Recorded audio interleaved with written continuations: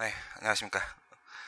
시험 끝나고 다시 11번, 15년도 11번입니다. 신뢰보원칙에 관한 설명으로 옳은 것은 조리법, 행정법의 1번 원칙 얘기하는 거죠. 비평신자, 목동, 부실삭 이렇게 들어갔었고 그 중에서 신 부분입니다. 신뢰보원칙. 신뢰보원칙은 우선 이론적 근거를 어디서 찾을 것인가 관련돼서 학설의 대립이 있죠. 신의 칙설이 있고 법적 안정성설이 있고 이렇게 두 개의 견해 대립이 있습니다. 헌법재판소 같은 경우에는 원래부터 법적 안정성설의 입장을 취해 왔었고요. 대법원은 종래에는 신의 칙설의 입장을 취하는 것처럼 보였으나 현재는 대법원 역시도 법적 안정성설의 입장을 취하고 있습니다. 법치국가 원리로부터 도출되는 것이다 라고 얘기를 했죠. 법치국가 원리, 즉 법치주의에는 내용이 두 가지가 있죠. 실질적 법치주의라고 하게 되면 종전의 법률적 합성 원칙 말고 법적 안정성의 원리가 추가가 됐습니다. 실질적 법치주의 2차 대전 이후부터 법적 안정성이 도입이 됐고 그 법적 안정성의 원리로부터 도출되는 것이 신뢰보원칙이다. 이렇게 보게 되니까 사회국가 원리에서 찾고 있다라는 말은 이제 틀린 말이 되겠죠.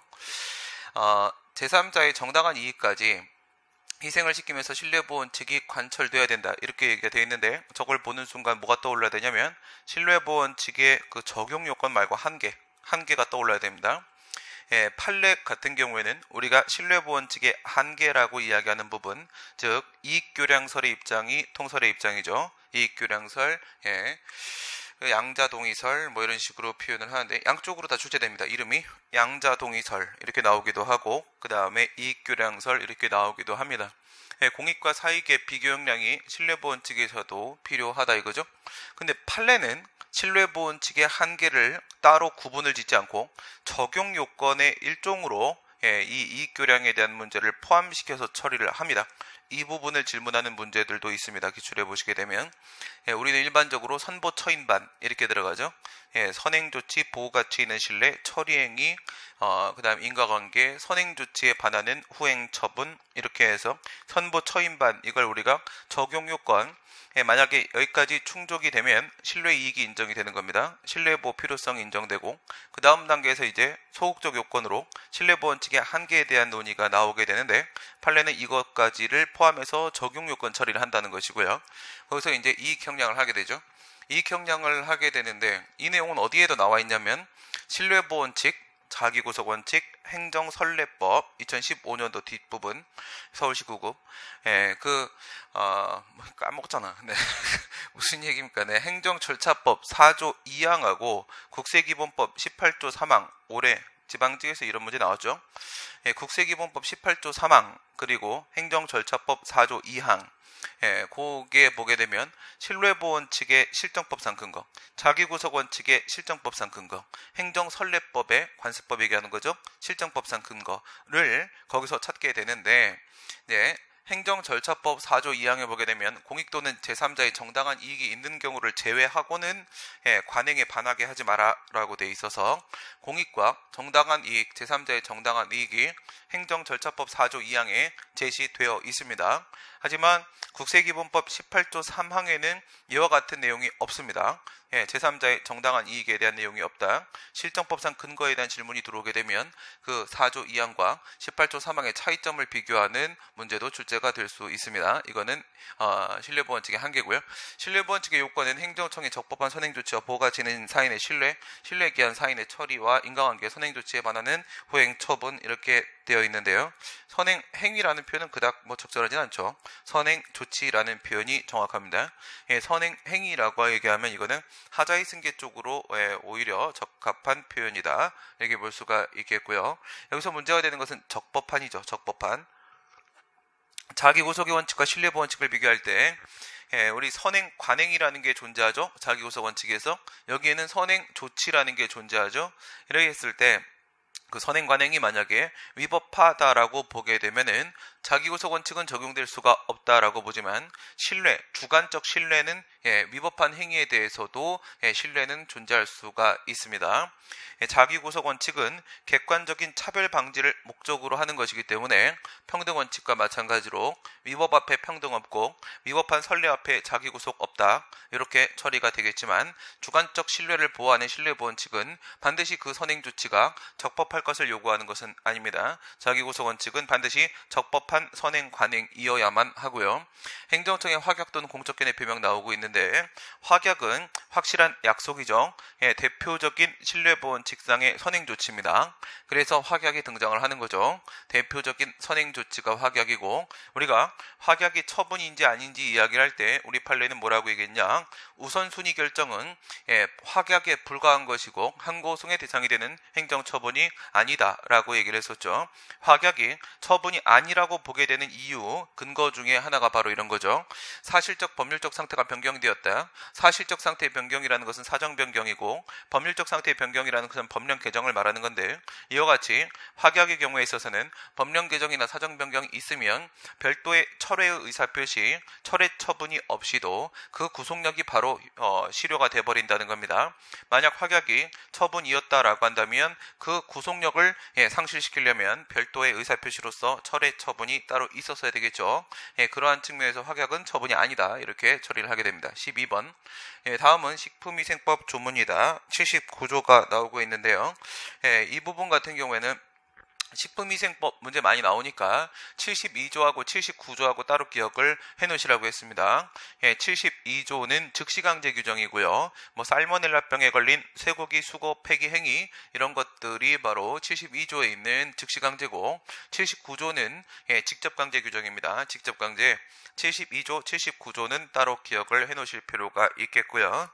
과거에 5급에서 72조 문제가 나왔는데 학생들이 이 즉시강제와 직접강제 구별을 못해가지고 거의 대부분이 거꾸로 썼습니다. 79조는 직접강제입니다. 여기 보시게 되면 식품의약품 안전처장, 시도지사, 시장군수구청장 37조 1항, 4항, 5항 위반, 허가받지 아니하고 신고, 등록 없고 영업하는 경우에 그리고 75조 보세요. 75조 1항이 이렇게 나오고 있는데 이 75조가 가장 대표적인 식품위생법상의 제재처분 규정이죠. 여기에 보게 되면은 영업허가를 취소하거나 영업소 폐쇄 명령을 하거나 6개월의 범위 내에서 영업의 전부나 일부를 정지시킬 수 있다라고 되어 있습니다. 거기서 영업소 폐쇄 명령이라는 게 등장을 하게 되거든. 폐쇄 명령은 폐쇄 조치가 아닙니다. 폐쇄 명령은 하명입니다. 자기 의무를 부과하는 하명이고 폐쇄 명령을 했음에도 불구하고 폐쇄를 자진 폐쇄하지 않으면 그러면 일로 넘어옵니다. 79조로 넘어오게 되고 그러면 사전에 의무를 부과한 부분이 있는 거 아닙니까? 그쵸? 사전에 의무를 부과하면 즉시강제가 아닌 겁니다. 즉시강제가 아니니까 강제집행 쪽으로 들어가게 되고 대강이직, 대집행, 강제징수, 이행강제금, 직접강제 중에서 강제집행 중에 직접강제 쪽으로 이제 넘어가게 되는 겁니다. 그래서 79조가 직접강제가 되고 있고요. 75조 1항, 2항에 따라 허가나 등록이 취소되거나 영업소 폐쇄 명령을 받은 후에도 계속해서 영업을 할 때 여기가 이제 가장 주로 나오는 부분인데 해당 영업소를 폐쇄하기 위해서 관계공무원에게 조치를 하게 할 수 있다. 이것은 하명이 아니죠. 누구한테 얘기하는 거예요? 공무원한테 하게 할 수 있다. 이건 직무명령입니다. 직무명령. 그리고 그럼 이제 공무원이 나가서 이와 같은 폐쇄 조치를 하게 되는 것이고요.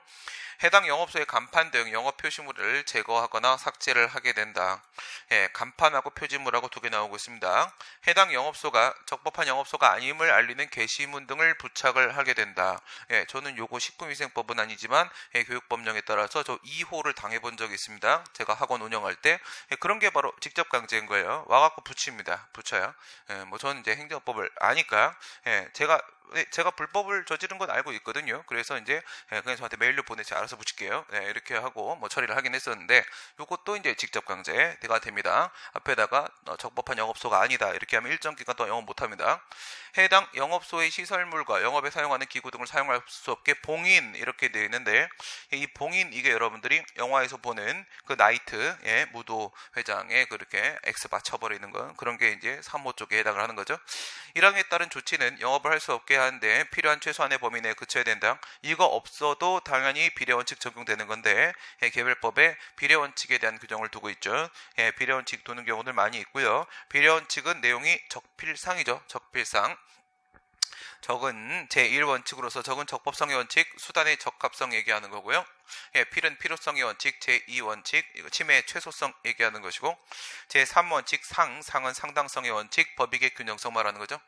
헌법재판소 같은 경우에는 비례원칙에서 적필상 말고 목적필상 들어갑니다. 목적필상 0원칙이 있습니다. 맨 앞에 목적의 정당성이 포함됩니다.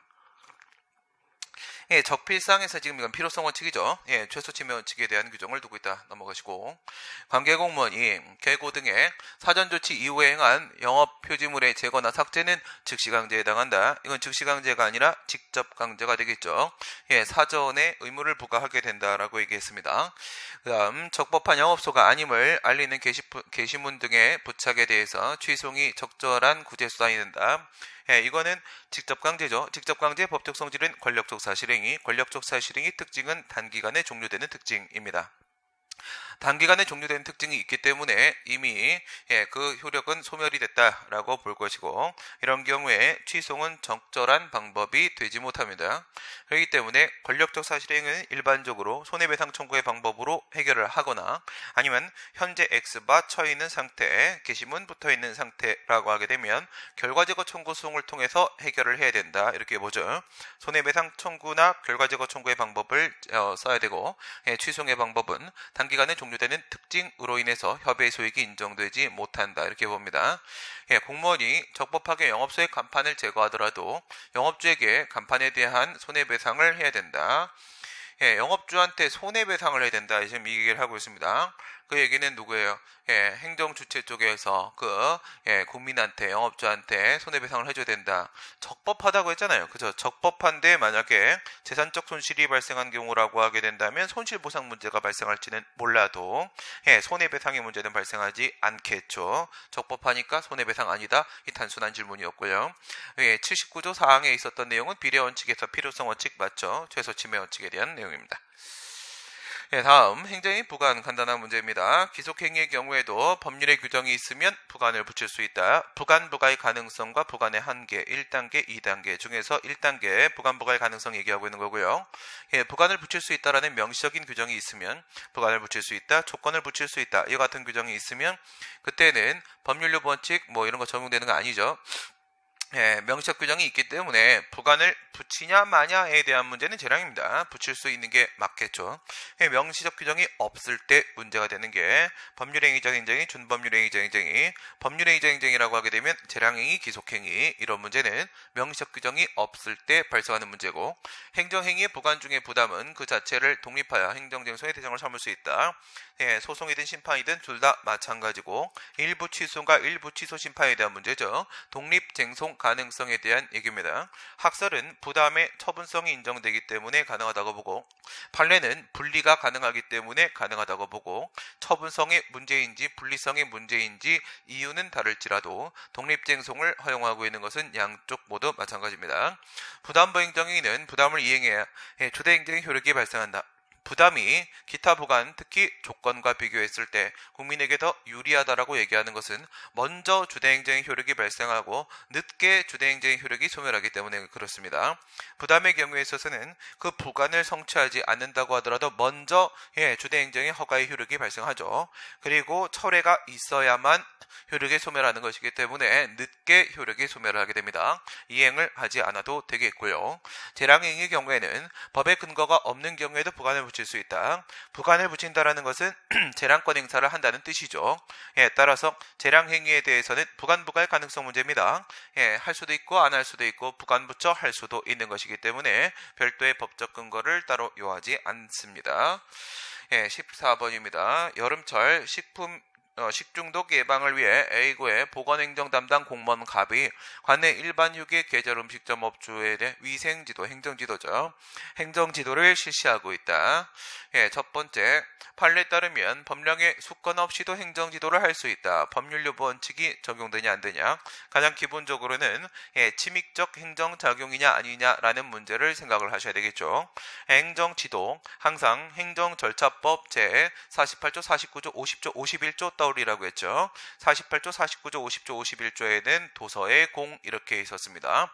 48조는 행정지도에 대한 규정이고요. 48조 1항에서 앞부분에 비례성 원칙에 대한 규정이 있고 뒷부분에 임의성 원칙에 대한 규정이 있죠. 임의성 원칙, 상대방에게 강제할 수 없다. 따라서 비권력적 사실행위가 되는 것이었습니다. 이 임의성에서 연결되는 게 48조 2항에 불이익조치 금지 원칙이 있었죠. 불이익조치를 하게 된다면 행정지도를 따르지 않았다고, 그건 이제 강제적인 행위라고 봐야 되겠죠. 불이익조치 금지 원칙, 그 다음 49조는요 서면교부 요청권, 그 다음 50조는요 의견 제출권, 그 다음 51조는 다수의 사람에 대한 것이라고 할 때는 공표를 하라, 이런 식으로 되어 있었습니다. 비권력적 사실행위이기 때문에 별도의 법적 근거가 필요 없습니다. 만약 그 행정지도가 규제적 내용을 담고 있는 규제적 지도라고 하더라도 그 내용이 규제적인 것이지 효과가 규제적인 것이 아닌 겁니다. 강제성이 없기 때문에 법률요 원칙 적용받지 않고요. 위생지도의 상대방인 일반 휴게 계절 음식점 업주가 갑의 위생지도에 불응하는 경우의 사유만으로 당해 업적의 불이익 조치해서 안 된다. 48조 2항에 대한 내용이고요. 갑의 위생지도는 구속력을 갖지 않은 행정지도에 속하지만 임의성 원칙 48조 1항 후문 얘기하는 것이고, 행정절차법상의 비례원칙이 적용된다. 48조 1항 전문 얘기하고 있는 것이죠. 1항에 대한 얘기였습니다. 갑의 위생지도가 다수인을 대상으로 하는 것이라면 특별한 사정이 없는 한 위생지도에 관한 공통적인 사항을 공표해야 된다. 51조의 도서의 공의 공쪽에 해당을 하겠습니다. 15번입니다. 다음 중 선행행위와 후행행위 간의 하자승계가 인정되는 것은, 먼저 기본적으로는 하자승계 논의가 언제 나오는지 생각을 해보시고요. 전제 조건이 있죠. 권리구제 사각지대가 발생했을 때 이와 같은 법리 조작에 대한 논의가 나오게 된다라고 했습니다. 이건 예외를 인정하는 것이죠. 첫 번째는 선행행위와 후행행위가 둘 다 처분이어야 됩니다. 두 개의 행정행위가 연속해서 행해진다는 의미는 선행처분의 효력이 후행처분의 요건을 구성한다라는 의미라고 했습니다.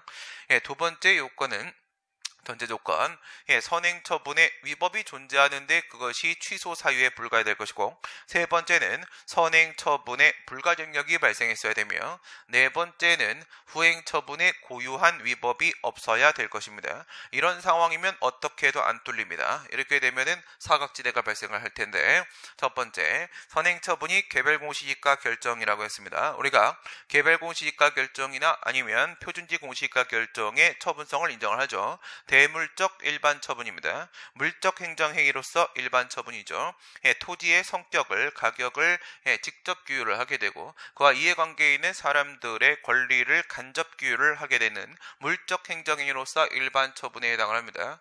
개별공시지가 결정이 우리가 처분이라고 말을 할 때 그것이 양도소득세나 이와 같은 부담금 부과 등의 근거가 되기 때문이라고 이야기를 합니다. 그래서 공법관계와 밀접한 관련을 맺고 있다, 이렇게 얘기를 하죠. 그 중에 이제 부담금에 대한 이야기가 나오고 있는데, 개별공시지가 결정과 양도소득세 부과처분과 똑같은 이유입니다. 그래서 여기는 하자승계가 된다라고 보는 것입니다. 판례가.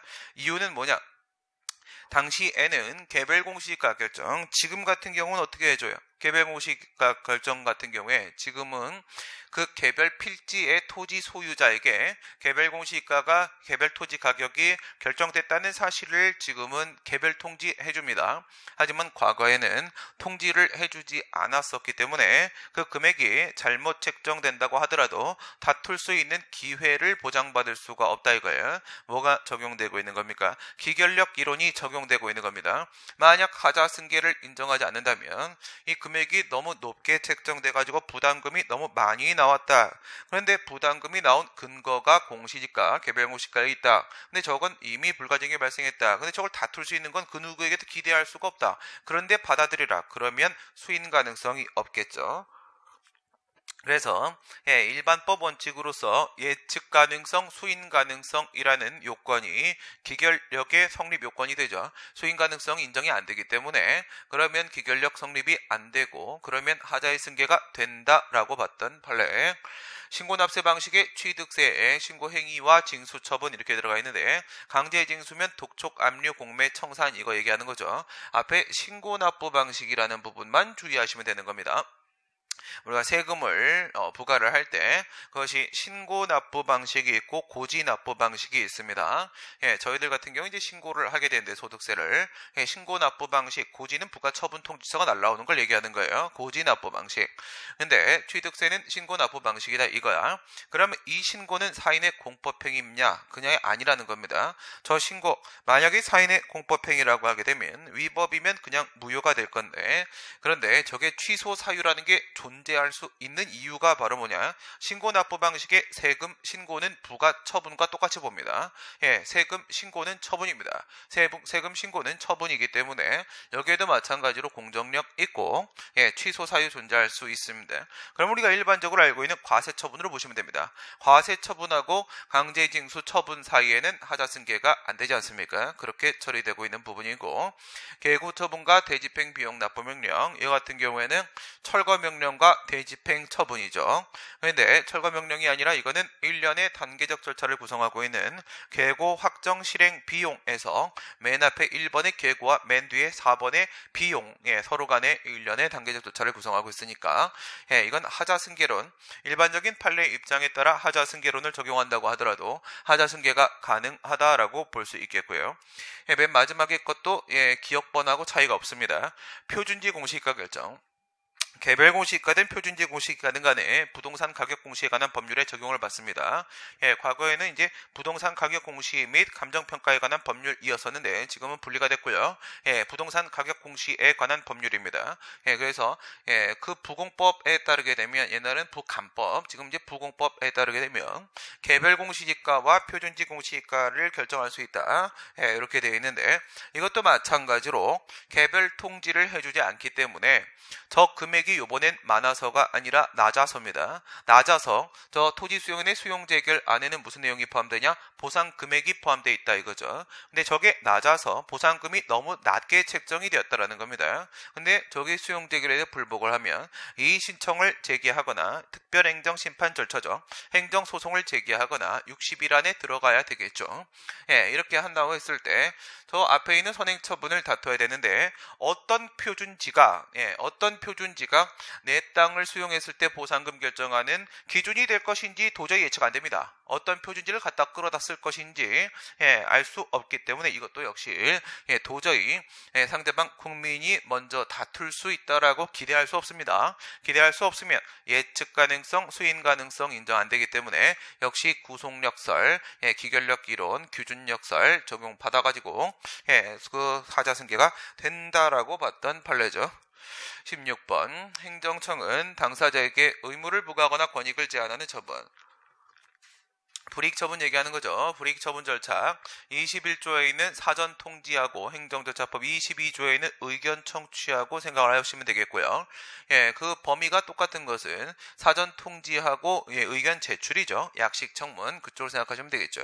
청문하고 공청회는 언제 청문 공청회 실시해야 되는지가 이미 법에 정해져 있기 때문에 의무부가 권익 제한 이렇게 들어가면 청문 공청회도 물론 포함되지만 우선 이거는 따로 처리하시고 사전 통지 하고 그 다음에 의견 제출의 문제로 처리하시면 됩니다.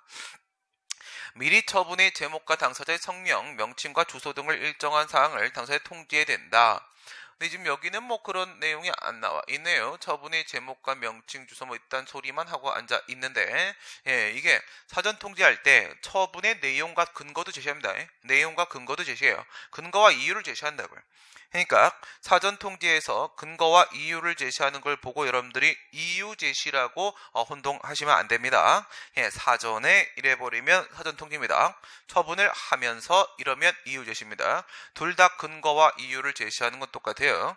근거하고 이유를 제시해 줘야지 그에 불복해서 내가 의견 제출을 준비할 수 있을 거 아니겠습니까?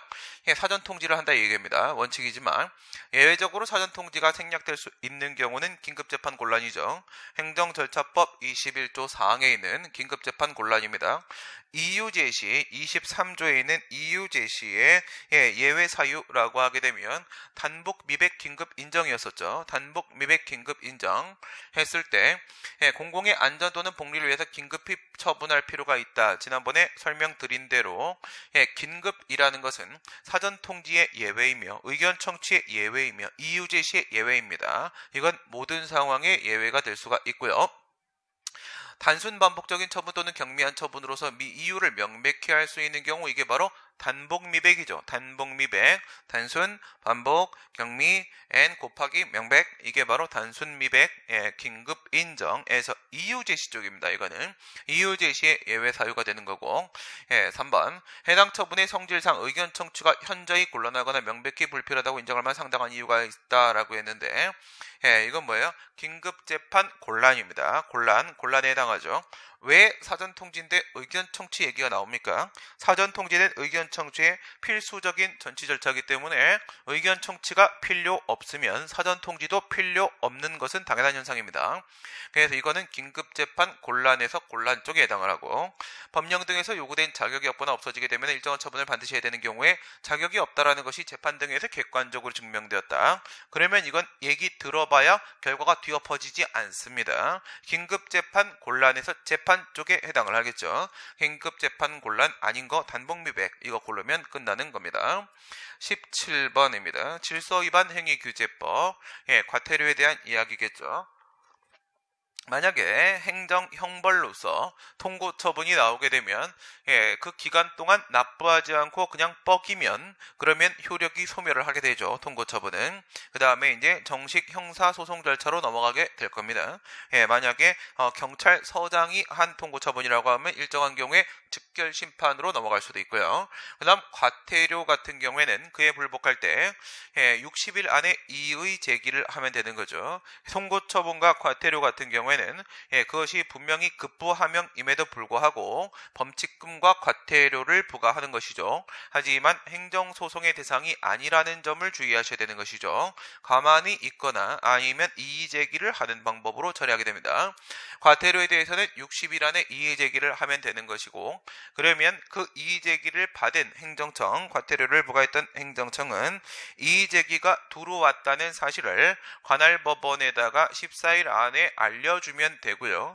여기서의 관할법원은 행정소송이 아니기 때문에 행정소송법 제19조에 따라 행정청 소재지 행정법원이 아닙니다. 얘 같은 경우에는 당사자입니다. 당사자 주소지입니다. 과태료 부과받은 당사자 주소지에 있는 지방법원으로 가는 거지, 행정청 소재지 행정법원으로 가는 게 아니고, 그렇게 되면 이제 이 관할법원에서 과태료 재판을 검사 불러가지고 이제 진행을 하게 되겠죠. 그리고 과태료 같은 경우에는 이거는 뭐 별도로 질서위반 행위규제법에 시효 규정이 있습니다. 시효 규정이 없다고 하더라도 5년인데 우리는 공법관계에서는 국가 쪽도 지자체 쪽도 5년인데 질서위반 행위규제법에는 5년이라는 별도의 시효 규정이 있고요. 소멸시효죠. 이거는 취득시효 아니고 소멸시효, 권리소멸시효고, 여러 사람이라고 하게 되면 마지막 행위죠. 최종적인 행위. 첫 번째 과태료 사건은 다른 법령에 특별한 규정이 있는 경우를 제외하고는 과태료를 부과한 행정청 소재지 이러면 행정소송이죠. 행정소송이 아니라고 했습니다. 이건 당사자 주소지입니다. 당사자 주소지 지방법원으로 가게 되는 것입니다. 관할법원이. 질서위반 행위규제법 내용이고요. 그래서 법령 암기가 필요한 부분들이 있습니다. 행정청의 과태료 부과에 불복하는 당사자는 부과 통지받고 나서 60일이죠. 60일 안에 이의제기를 해야 되고, 제척기간 60일입니다. 90일 아니고, 할 수 있는 바 연결어미 바자는 붙여쓰기 하는 게 맞습니다. 국어 능력의 문제 약간 있고, 이의제기를 하는 경우에 행정청의 과태료 부과 처분은 효력을 상실한다. 이걸로 바로 실효되고 끝나는 거죠. 이의제기를 받은 행정청은 이의제기 받은 날부터 14일이고요. 14일 안에 법원에다가 저 위에 있는 관할법원, 제 아니고 그 지방법원에 통보를 해주면 과태료 재판이 진행되고요. 질서위반 행위가 종료된 날부터 5년이 경과하면 시효 소멸하는 거 맞고, 질서위반 행위에 대해서 과태료 부과할 수 없는데 다수인이 질서위반 행위에 가담을 했을 땐 최종행위 끝난 날 되는 것이 당연하겠습니다. 18번입니다. 국가배상법 제2조 1항입니다. 2조 1항. 국가배상법은 2조에 있는 공무원의 직무행위로 인한 손해배상과 5조에 있는 영조물의 설치관리로 인한 손해배상과 두 가지 사건이 있을 수 있고, 2조 1항은 2조는 1항과 2항이 있죠. 2항에는 공무원 책임이 있습니다. 내부 책임 규정만 있죠. 구상책임. 1항은요. 본문과 단서로 구성이 되고 단서 쪽에는 이중배상 금지 규정이 있고요. 그 다음 본문 부분엔 전단과 후단 전단으로 나눠지고 전단이 우리가 알고 있는 일반적인 직무행위 책임이고요. 후단에는 자배법 들어오고 있죠. 2조 1항에 규정하는 공무원의 과실에 관한 판례 입장과 가장 부합하는 설명. 과실입니다. 이거는 주관적 과실을 요구하게 되죠. 5조하고 비교해보세요. 2조 쪽에서는 공무원의 주관적 과실로서 주의 의무 위반을 요구합니다. 5조 쪽에서는요, 국가 등의 객관적 과실로서 관리 의무 위반을 요구하게 됩니다. 객관적 과실은 과실이 아니고요. 둘 다 어쨌든 주관적 과실과 객관적 과실을 요구하게 되는데 주의 의무나 관리 의무를 위반하면 그러한 과실이 인정될 겁니다. 그렇다면 2조 쪽에서는요, 공무원의 주의 능력의 범위를 벗어나면 과실 인정 안 될 테고 5조 쪽에서는 국가 등의 관리 능력 범위를 벗어나면 객관적 과실 인정이 안 될 텐데 그런 걸 우리가 불가항력이라고 합니다. 공무원에게도 불가항력의 문제가 있고 국가 등에게도 불가항력의 문제가 있겠고요. 판례도 둘 다 인정합니다. 이때 불가항력의 판단 기준은 양쪽 다 똑같고 예측 가능성, 회피 가능성에 대한 문제를 기준으로 보게 될 겁니다. 과실, 당의 직무를 담당하는 평균적 공무원의 주의 능력을 기준으로 하게 된다. 평균적 공무원은 무지하게 성실한 사람이다라는 전제를 깔면 된다고 했습니다. 거의 저의 수준 정도라고 생각을 하시면 되겠습니다. 그렇게 되면 저를 기준으로 하게 되면 저의 주의 능력 기준으로 하게 되면 세상 모든 사람의 움직임은 다 똥탕입니다. 전부 과실이 되는 것이죠. 그런 겁니다. 평균적 공무원, 이게 바로 그래서 과실의 범위를 확대하게 된다는 측면에서 과실의 객관화 과정이죠. 과실의 객관화는 이와 같은 주의 의무의 고도화 높이고 있는 것이죠. 뿐만 아니라 조직과실 이론, 전투경찰 대를 기준으로 하는 거, 입증 책임의 완화, 일응 추정 및 간접 반증의 원리, 즉 고도의 전문성이 필요한 부분에 대해서는 피해 국민이 그 과실을 입증하기가 곤란하기 때문에 일응 추정, 과실이 있다고 주장을 하면 우선은 과실이 있다고 추정하고 반대로 피고 쪽에서 그에 대한 반대 증명, 반증을 해야 되는 경우도 의료과실 등의 경우에 존재할 수 있습니다. 판례도 인정한 바 있고요. 그 다음에 가장 극단적으로다가 과실을 객관화시키면 위법성과 과실의 융합이론, 이론화 이론이 있겠죠. 이렇게 되면 과실을 완전히 포기하게 되고 무과실 책임 전환을 갖게 됩니다. 직무행위가 위법하다고 판단되면 과실의 존재도 추정된다. 이걸 인정한 케이스는 한 개입니다. 바로 위법한 부작위에 따른 손해배상 사건에서만 저런 걸 인정한 사실이 있습니다. 판례가. 위법하면 과실 추정, 이게 바로 위법성과 과실의 융합이론, 이론화 이론이 되는 것이겠죠. 위법성만 인정되면 과실 인정, 사실상 과실을 필요로 하지 않는다라는 의미가 되는 건데 언제만 판례가 인정했냐? 부작위 쪽에서만 인정을 했었습니다. 그러니까 조리법상 국민의 안전 확보를 해야 될 자위 의무가 인정되는지에 대한 판단을 하게 되는데 자위 의무가 인정되면 부작위가 위법해지겠죠. 그 조리법상 자위 의무가 인정되냐 안 되냐라는 문제는 성실한 평균적 공무원이면 충분히 알 수 있다라는 전제를 판례가 깔고 있는 겁니다. 그런 말을 한 적은 없지만 깔고 있는 거기 때문에 부작위가 위법이면 과실은 오케이라고 했었습니다. 행정소송에서, 이거 언제나 그런 건 아니고요. 행정처분이 위법한 것으로 확정이 되었고 그 이유가 법령 해석의 잘못이었다라고 하게 되면 과실이 인정되는 건 맞는데 이게 왜 틀리냐면 당연히 때문에 틀린 겁니다. 당연히 때문에. 저런 얘기 나오면 무조건 틀리는 거고요. 어떤 예외가 있을 수 있느냐? 그 법률 관계가 아주 혼란스럽고 명확하고 확정되지 않아서 판례 표현 핵심은 뭡니까? 판례와 학설이 기일되어 있지 않다 이거죠. 판례와 학설이 기일되어 있지 않는 경우에는 그것이 법령 해석의 미스라고 하더라도 과실이 인정되지 않는 경우도 존재할 수 있다. 예외가 존재하죠. 과실의 입증은 원고가 아니라 피고 지자체로 전환이 된다. 이거는 고도의 전문성을 갖는 경우에만 예외적으로 인정되는 것이지 일반적으로 인정되는 게 아니라고 했죠. 입증 책임의 완화에 대한 이야기를 너무 넓혀놓은 상태인 겁니다. 19번입니다. 판례 다를 때 당사자 소송입니다. 민주화운동 관련자 명예회복 및 보상 등에 관한 법률의 보상금 지급 청구 소송은 당사자 소송이 아니라 항고 소송을 제기를 해야 된다라고 했습니다. 이거는 확인이라고 했죠. 다툼이 있는 사실관계와 법률관계에 대한 보상심의위원회의 확정, 공적인 확정이 필요합니다. 이건 그냥 저를 예로 들어서 생각하시면 된다고 했죠. 제가 감옥을 갔다 온 것을 가지고 민주화운동으로 인정을 해줄 것인가 아니면 좌빨이라고 부를 것인가에 대한 문제는 다 다르다라고 했습니다. 뭐 자유한국당 같은 경우는 좌빨이라고 할 테고 민주당은 동지 부르겠죠. 그러니까 이건 뭐가 필요하다? 준법률 행위적 행정에서 확인입니다. 이거 말고도 간첩들, 특수임무 수행자 보상심의위원회의 확정도 역시 확인이고, 그 다음 근로복지공단이 장애급여 등의 보험급여를 지급하는 결정, 그리고 실업급여 등을 지급하는 결정도 역시 확인입니다. 다툼이 있죠. 국가유공자 해당 결정으로서 보훈급여 지급 여부에 대한 결정도 역시 확인이 되는 것이고, 퇴직 공무원에게 퇴직연금을 줄 것인가 말 것인가에 대한 판단도 역시 확인입니다. 이런 것들은 전부 다 뭐야? 다툼이 있는 사실관계에 대해서 공적으로 행정청이 확정하는 행위이기 때문에 확인은 처분이고, 그에 대해서 거부가 나오게 되면 거부처분 취소를 제기해야 되는 것이지 당사정을 바로 제기할 수는 없습니다. 광주민주화운동 관련자 보상 등에 관한 법률 같은 경우에 처분적 법률이죠. 이것은 처분적 법률이기 때문에 개별적 구체적 규율입니다. 개별적 규율, 즉 편입과 이탈이 없습니다. 그래서 80년 광주에 당시에 희생당한 사람들의 경우에 있어서는 이미 확정되어 있는 거고요. 그 다음 시간과 장소 역시도 언제 어디서 발생한 사건이라고 말을 할 수가 있겠죠. 처분적 법률이니까 법률을 근거로 해서 이미 보상 청구권은 그 희생자 및 유가족들에게 인정되고 있는 겁니다. 따라서 별도의 보상심의위원회 결정 없이도 권리는 인정이 되고 있는 것이고, 바로 당사자소송으로 보상청구 소송 제기하면 되는데, 다만 주의해야 될 것은 이것이 당사자 소송임에도 불구하고 우리 행정소송법 제41조에 보시게 되면 당사자 소송은 개별 법령에서 제소기간을 두는 경우에는 불변기간으로 한다, 이렇게 되어 있으니까 개별법에서 제소기간 둘 때만 제소기간 있고 행정소송법상으로는 제소기간이 없죠.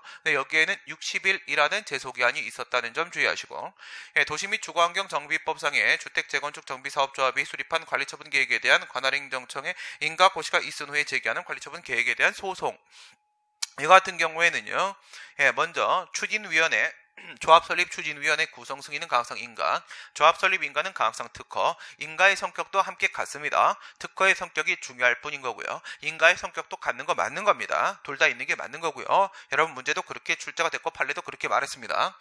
그 다음에 사업시행 계획에 대한 인가는 가항상 인가, 관리처분 계획에 대한 인가는 가항상 인가, 이렇게 되는데 사업시행 계획 인가 및 관리처분 계획 인가는 주의해야 될 점이, 인가가 나왔을 때 그 기본행위에 대한 소송을 제기해야 되는 이런 문제가 아니라 어떻게 된다고 했어요? 둘 다 행정계획 처분이 되는 것이다.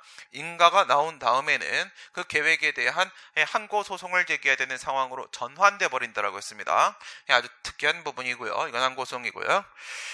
그 다음 공무원 연금관리공단의 퇴직급여 결정, 아까 말씀드린 대로 확인입니다. 확인. 퇴직한 공무원들에게 과연 퇴직급여를 줄 것인지 말 것인지에 대한 판단은 확인이다. 그 다음 마지막 문제 20번입니다. 행정심판에 관한 설명. 법인이 아닌 사단 또는 재단으로서 단체 얘기하는 거죠.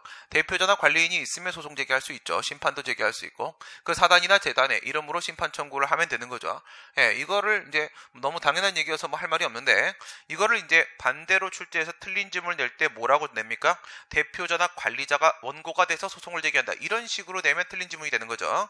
사단이나 재단이 소송이나 심판을 제기하게 되는 것이 될 것이고, 행정심판의 청구는 엄격한 형식을 유하지 아니하는 서면행위다. 그렇죠. 그래서 만약에 진정서라는 제목으로 넣는다고 하더라도 그것이 내용이 행정심판이라고 하게 되면 행정심판을 보고, 행정심판 청구라고 이름을 붙여서 서면을 넣는다고 하더라도 만약 그것이 이의 신청의 내용이면 이의 신청으로 보고, 다 뭐냐, 엄격한 형식을 요하지 않습니다. 내용 보고 실질에 따라 파악을 해주게 되고요. 행정심판을 청구하려는 자는 심판 청구서를 작성하여 피청구인이나 위원회에 제출을 하며, 과거에는 2008년도 2월 29일 이전까지는 반드시 피청구인을 거쳐서 행심위로 넘어가야 되는데, 그 이후부터는 이 피청구인을 거쳐서 갈 수도 있고 위원회에다가 다이렉트로 청구서를 꽂을 수도 있습니다. 피청구인의 수만큼 부분을 함께 제출해야 되겠죠. 피청구인 여러 명일 수도 있잖아. 그렇죠? 이런 얘기는 뭐 당연한 얘기인 거고, 개별 법률에서 정한 심판 청구 기간이 행정심판법이 정한 심판 청구에 뭐 짧은 경우, 이런 경우도 있죠. 소송도 특별 제소기간을 둘 때가 있고 심판도 특별 청구기간을 둘 때가 있습니다. 뭐 예를 들어 가지고 공무원에 대한 불이익 처분 같은 경우에는 소청 심사를 청구할 때 특별행정심판 절차죠. 그때 공무원은 세 글자이기 때문에 그 청구기간은 30일입니다. 30일 더 짧죠. 그래서 신속한 확정이 필요한 경우에는 특별 제소기간이나 청구기한 등을 두는 경우들이 있고요. 행정청이 행정처분을 하면서 그 개별 법률상의 심판 청구를 고지하지 아니하였다면 고지제도 얘기하는 거죠. 국민들의 무지를 절차적으로 해결하기 위해서 교지, 알려주는 행위가 고지죠.